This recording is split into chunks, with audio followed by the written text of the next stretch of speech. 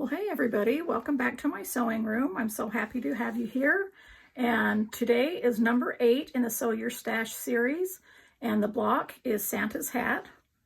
It finishes at 8 by 14, so unfinished. What it measures right now is 8.5 by 14.5. And I'm super excited to teach you this block. I drew this up a couple of months ago when I was having a sew day with my peeps. And usually when we get together and sew for a week, then I'll draw up a block or two, and then, you know, we'll sew some things. And so that's what we did. And it was so much fun. I thought I should show it to you guys here. So again, this is Santa's hat. And I just wanted to let you know that all of the reds are scrappy, as you saw in the quilt that's hanging on my design wall in the opening. But I did use the same print for all of the tassel right here, the pom-pom, and the brim of the hat, or the trim, the fur, whatever you want to call it. So this is my Bee Backgrounds print, and the color is called Clover Tea Rose. So the print is called Clover and the color is called Tea Rose.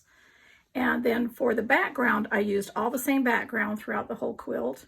And you can use any color you want. It just has to be a little bit darker color so that the white will show up. And I chose to use my Prim gingham in sea glass. So that's what this is. So all of the reds, I used my scrappy basket that is 7 inches wide, and I use all the reds in there. But before we get into cutting, I wanted to show you an alternative, you know, that you could do for your quilt. When you put all of these Santa's hats together, you could use a plain white, which this is Cloud, which is a Riley Blake confetti cotton. This is Cloud that matches all of my Bee backgrounds. They all have a cloud ground and then different colored prints on them. But so what I did with this one is I just used Cloud for the brim, and so that I could embroider a name on it. And what I did with that was I used 347. I used my embroidery needles. They either come in a tube or they come in a card like this, a sample card. These are all color coded, and it tells you what I use each needle for on the back and on the front. This is what the package looks like. And so I used 3 strands, and I wrote my granddaughter's name on here and I embroidered it. But I thought it would be so fun to embroider family names on the quilt.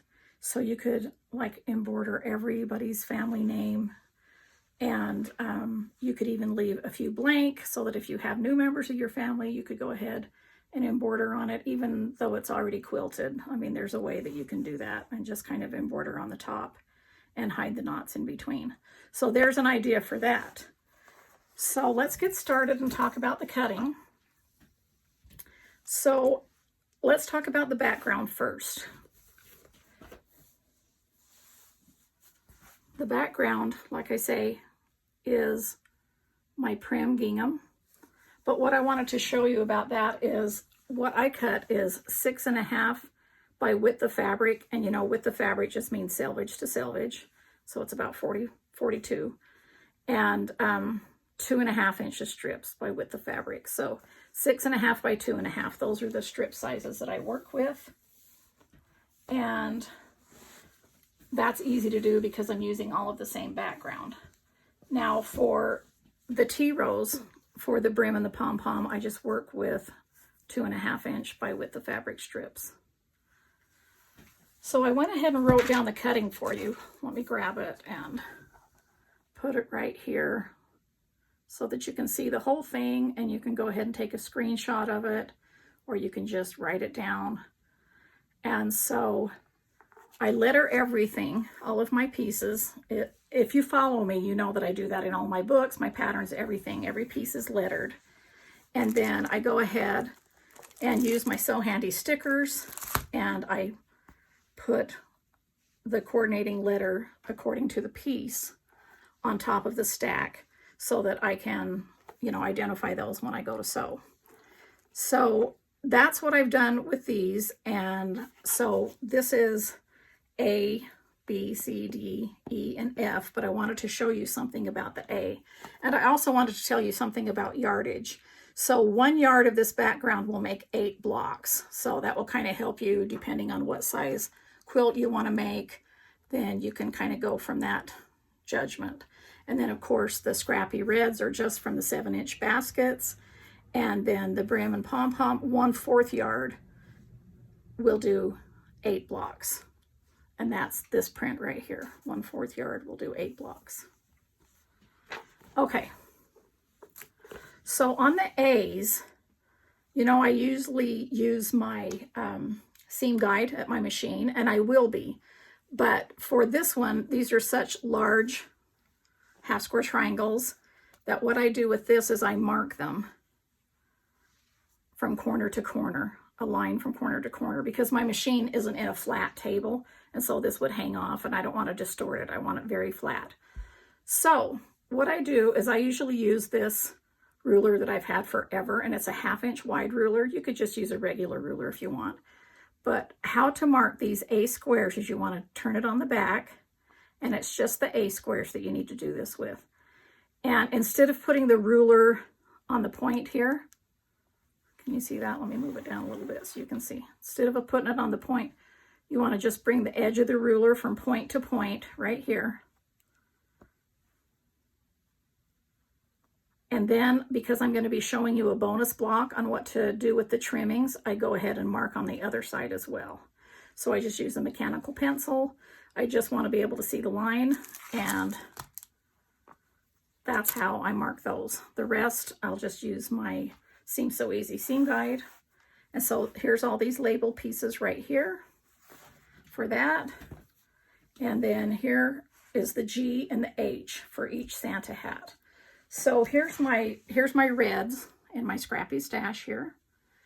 And so what I do with that is I'll just grab one,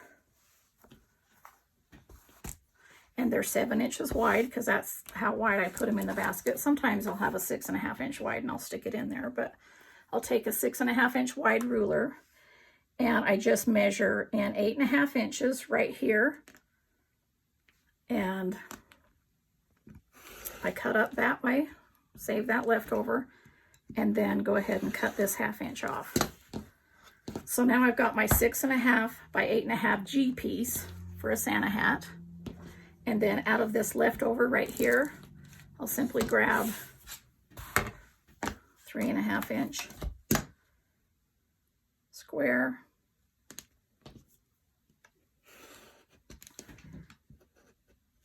And that's for the other part of the hat. This is the H. And then because this was 7 inches tall, this is exactly why I like to do them 7 inches instead of 6.5, is I can get another 3.5. And so that's going to go in my 3.5 inch bin of scrappy squares. And then all I have left over is that.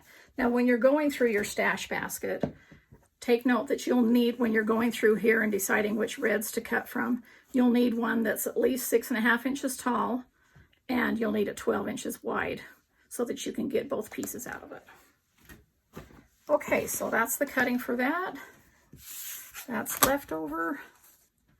And then the background, again, like I say, I just use the 2.5 inch strips, and I go ahead and cut these 2.5 by 10.5, and then these are 2.5 inch squares for the little pom-pom.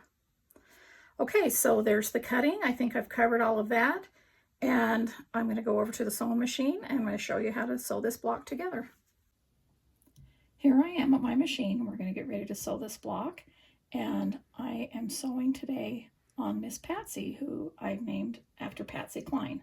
And this is a vintage featherweight sewing machine. I have my Seam So Easy guide here. It's taped on with washi tape. I always use washi tape because it doesn't hurt the machine at all, and it's removable for when you need to change the bobbin, or you just want to, move it over to do different lines on here, which sometimes I do when I'm hemming curtains or something like that. So I like it semi-permanent. Now I designed this so that it will stick out a little bit so that you have a longer bed to do your easy corner triangles or to line up your seams. This is a 1/4 inch seam allowance, and this center line lines up with the needle, and that's what you use when you're doing my easy corner triangles. And also you can use this because it's a flower. You can use it for an applique piece like my Sew Simple Shapes. Now my new ones come with already cut out. My older ones you just need to cut out this rectangle yourself. But you just need to make sure that when you tape it on, you're not covering your feed dogs right there. And so that's how I put it on my machine. I put it on my machine so that I don't have to mark lines when I'm doing easy corner triangles. Although I did do the A, I did mark that because see how long that diagonal line is? It extends past my Seam So Easy guide. So that's why I marked that line. Plus I marked the double line so I could show you. Okay, so we're going to get started with the easy corner triangles. Here's my block, all of the pieces laid out on a large design board, and they're relatively where they go in the block. I usually start with the smallest pieces first, and so my smallest pieces for this block is the little pom-pom for the Santa's hat, and this is piece J. It's 2.5 inches square, and then I have 3 of these 1-inch squares that are E to go on 3 of these corners. Now let's talk about tiny pieces for a minute. I don't want you to get a little bit, nervous about these pieces because we're only going to sew from corner to corner. We're not worrying about 1/4 inch seams with this or anything like that. All we're doing is taking this 2.5 inch square and adding corners on 3 of them.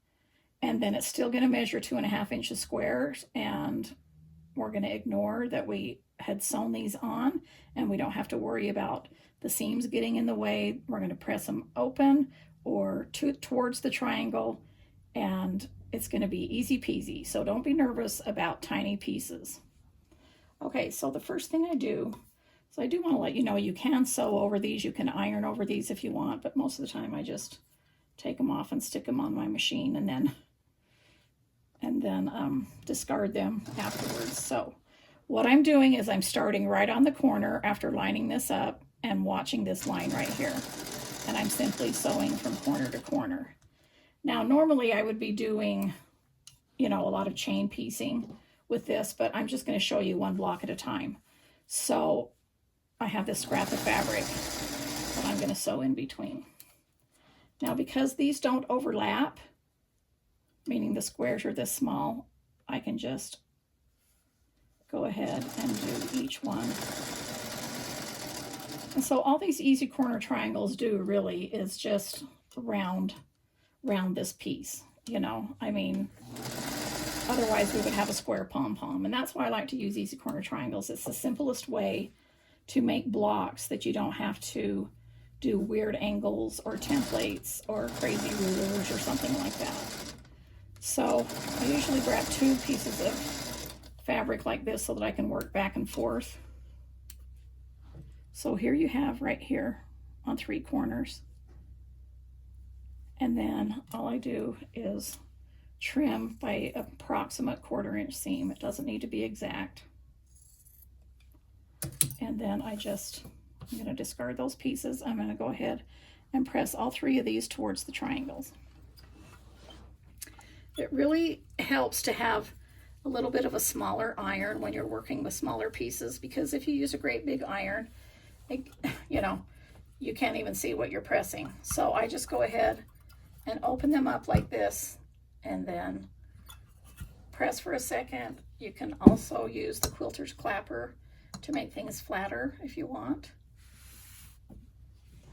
And so now that's finished, and that's going to sew right on top of the C. And so I'll put that there, and next is the B and the H.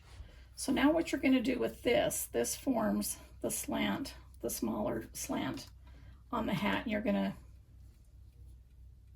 line them up just like this from corner to corner. And what you're going to do is pay attention to the way you sew. You do not want to sew this way because it's going to open up that way. So you want to sew from this corner to this corner because this is what you want your piece to end up looking like.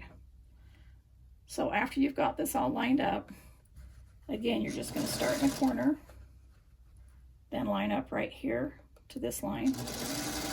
And you don't even have to pay attention to what's going on here. You're just watching this and letting your point go all the way up. And then that's a very accurate seam from corner to corner, and I didn't need to mark it. So that's why I say I like this a little bit flat so that your pieces don't hang down here, because you can easily get distorted. So I like flat pieces as much as I possibly can. Okay, so now I've got this piece right here. Before I trim my easy corner triangles, I always open and then just kind of look at a picture of the block, or see over here I've got a block. This one I did for Sophie, and I can just fold it up like that before I trim so that I make sure that I've sewn the correct direction and I don't have to recut. So again, I just trim this by an approximate 1/4 inch seam. Now I'm going to save these, and I'll show you at the end of sewing this block what I'm going to do with these little leftovers. So now I've got this, and I'm going to go ahead and go over here and just press towards the triangle. And I try to just use the tip to get it open, and then use the side and just leave it there, because I'm working with the bias. I don't really want to work with it a lot and go like this and, you know, up and down. I just try to do the least amount of pressing that I can, just making sure that it's all the way open from corner to corner. Okay, so now I can go ahead and lay that back up there, and you can see that we'll need to sew those 3 together. But first I'm going to do the last easy corner triangle. The last one is A and G. So this is the main body of the hat, and you want to pay attention to how this angle is. Now remember, we mark the secondary line here only if you want to do the bonus project. If you don't, you're just going to mark from corner to corner. And how you're going to lay it on your hat is, let's see, let's turn it around.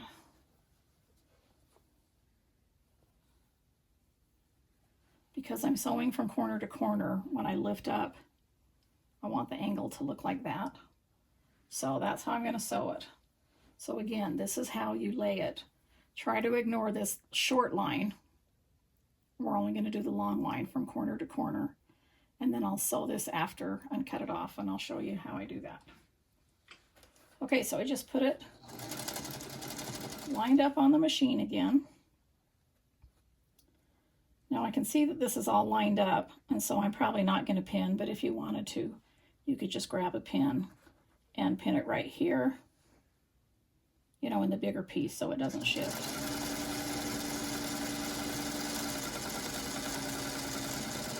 I feel much better about things when it gets up on a flat surface, so then I can just make sure. Even though I'm not using this line, I still, just by habit, have to line it up.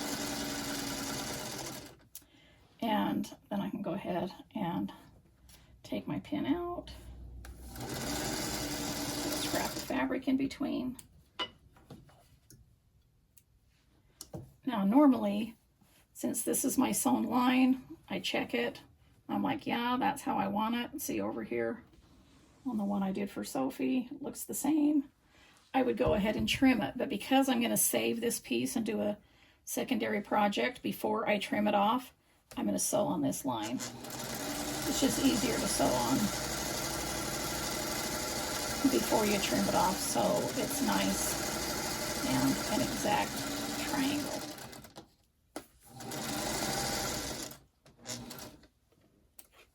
Okay, so now that I've got both of the lines sewn, I'm going to go ahead and trim off the excess just by cutting in between. These are my new sewing scissors, and these have really nice long blades, and they're perfect for trimming easy corner triangles. And I just go ahead and cut right down the center, and then I'm going to save this piece, and it's already sewn.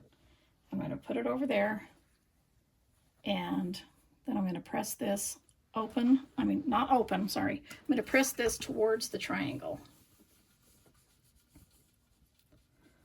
And in those corners, I make sure that I've got that open all the way. And again, you can use a clapper for a few minutes if you want. sometimes it just, the clapper, the purpose of this is it absorbs the heat. This wood absorbs the heat really fast. And so sometimes I'll even just use it as kind of like a secondary iron, if that makes sense, and just kind of roll over it. And it makes it flatter. And see, even already just from doing that, this is very hot, so I know it absorbed a lot of the heat. Okay, so now we go over here and you can see the Santa hat starting to form. So I'm just going to go ahead and sew all of the pieces together. That's why I like to do all of the easy corner triangles first, because everything that's left is just strips, rectangles, and squares to sew together. So I'm just going to join this to this, and then that to that. This will be a whole row, this will be a row, and then this goes on the top.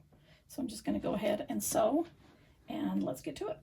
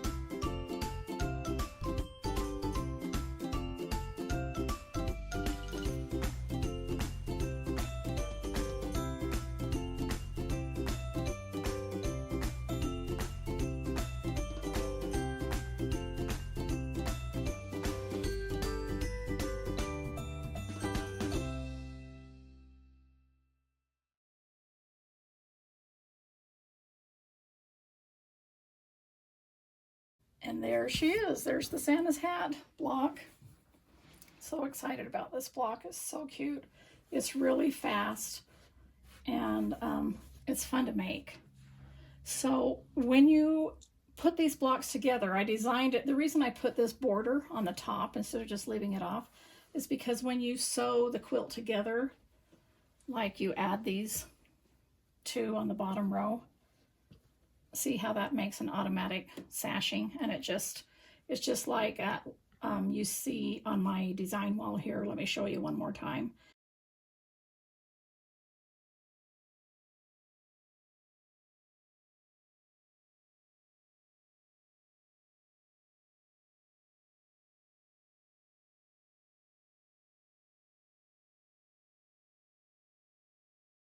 And you can see that that's just automatic sashings in between there. And you can just sew each block together and you don't have to worry about it, because when you put them side by side like this, because of the space that there is apart. So that's why I designed it that way, so it's really easy.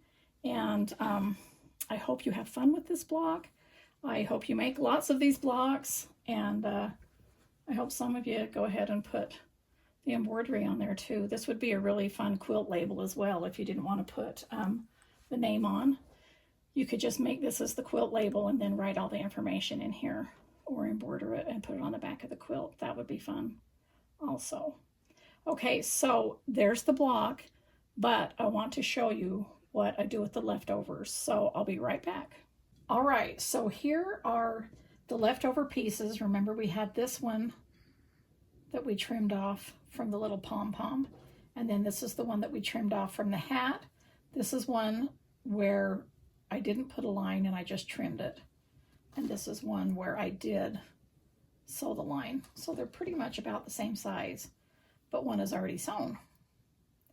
But let me talk about the little one first. So whenever I have leftover easy corner triangle trimmings, I only save them if I can cut 1.5 inch square out of them, because I won't use just 1 inch squares because I don't know where they're going to go. But 1.5 inch squares I can use for scrappy quilts and blocks and things like that. So what I do is I simply just grab a small ruler. I have a 2.5 inch square, 3.5 inch, whatever, but I just make sure that these little corners right here are lined up, and I just lay the 1.5 inch on there. And then I simply just trim it up. And so then I've got a red and an aqua 1.5 inch squares here. So, and there's a bunch of scrappy ones. And so I just kind of laid out some things to give you some ideas of what you could do with these. These are the kind of things that I do with the small squares, because these all kind of happen to match. They're all the same aqua. They're scrappy reds, but you can introduce the backgrounds, some new backgrounds into it. You know, you could do whatever you wanted that way. You could simply take 2 of these and 2 of a background and sew them together and make a 4 patch right here. And then you could cut, that would finish at 2 inches. So, and it would be unfinished at 2.5 inches. So you could cut 2.5 inch squares for alternate blocks to make the scraps go even farther. And you could make pillow, you know, make a big quilt just by doing a bunch of 4 patches. You can introduce the red here again, or you could simply just sew them together. I mean, you could just take and make a 4 patch just out of the reds.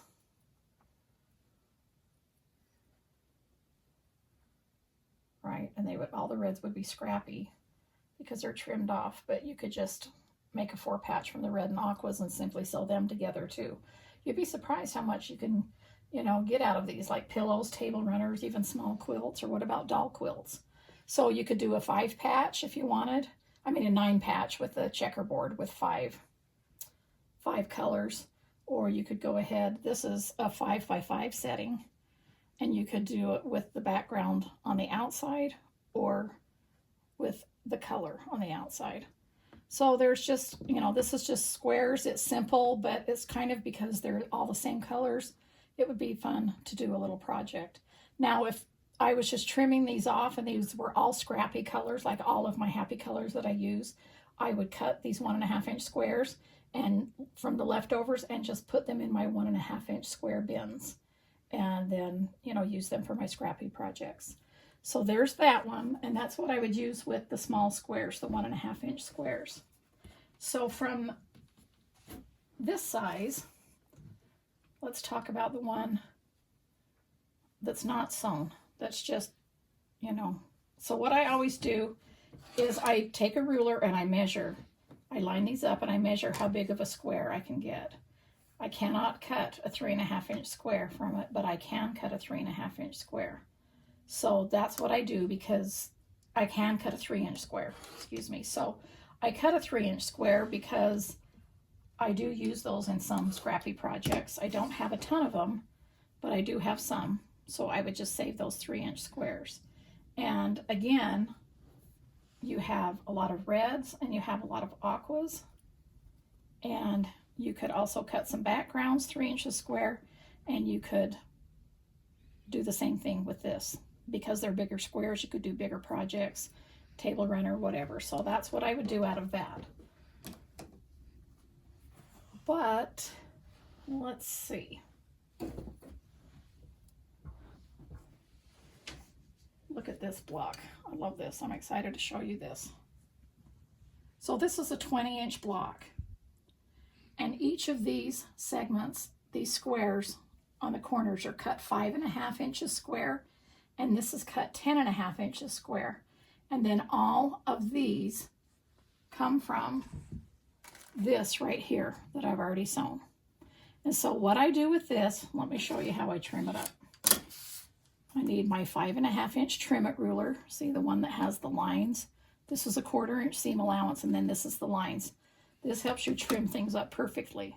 What I do is I first take it over here to the ironing board, and I just set my seam and kind of make sure it's going, I'll kind of pull on the corners, make sure it's going straight because we've worked on the diagonal. Then I'll come back over here and lay it on my little mini cutting board. Now see this line right here? You want to lay it right, that dark line right there from corner to corner, you want to lay it right on your seam that you sewed. Ignore this right here. That's why that doesn't have to be accurate. It's already sewn. You don't need to worry about a 1/4 inch, you know, accuracy. And then you slide your ruler down or up, making sure that you have a line. Let me pull this up so you can make sure that you can see it. Making sure that you have a little bit of leftover fabric all the way around. Now, if that's too tight for you, meaning you did your line, you marked your lines more than a 1/2 inch apart and you don't have enough trim off, you could always move down to the 4.5 inch size and then just cut 4.5 inch squares for these, for everything, and this would be 8.5 if you wanted to use that, if you're worried about you're going to get too tight. So this block finishes at 15 inches, 20 inches, because there's 5, 5, 5, 5, and this one would finish, if you use the 4, it would finish at 16. So that's just a little bit of quilty math for you. Okay, so I'm going to go ahead and lay this down here and make sure that it's lined up on the sewing seam, and I just simply trim it up. Now I trim it up first because it's just easier to get accurate, and what I mean by first is I could open it up and press it and then trim it with this ruler, but then you just have 4 sides to trim up and it's easy, you know, easier to get off. I just like to do it when it's closed. So here you go. There's my A sticker. And then I just bring it over, and I do like to press these open so that I can put them anywhere I want to go, any direction I want to go. There's my little sticker in there. And so because I've pressed it open, I just put the clapper on there for a minute. And so this is a fun way. This is very little waste. See, there's the waste from that I cut. And because I marked them ahead of time with the double lines, then I just ended up with these, and it takes 8 of them for 1 block. And you just sew these together and then, you know, sew them into rows. So this would be a really, really fun pillow for all year round. I mean, it could be 4th of July too, but it's a cute pillow for Christmas that could match your the fabrics in your Santa hat quilt. And so I hope that you make some of these. I hope you're inspired by Sewing Scrappy and by the Sew Your Stash series that I'm doing. I'm going to continue doing it for a while. So make sure that you subscribe and to my channel, and also hit the bell so that you can be notified when I put a new tutorial up. And I will be back next week with another tutorial, and I hope that you all are having happy holidays and having a lovely season, and I will chat with you later.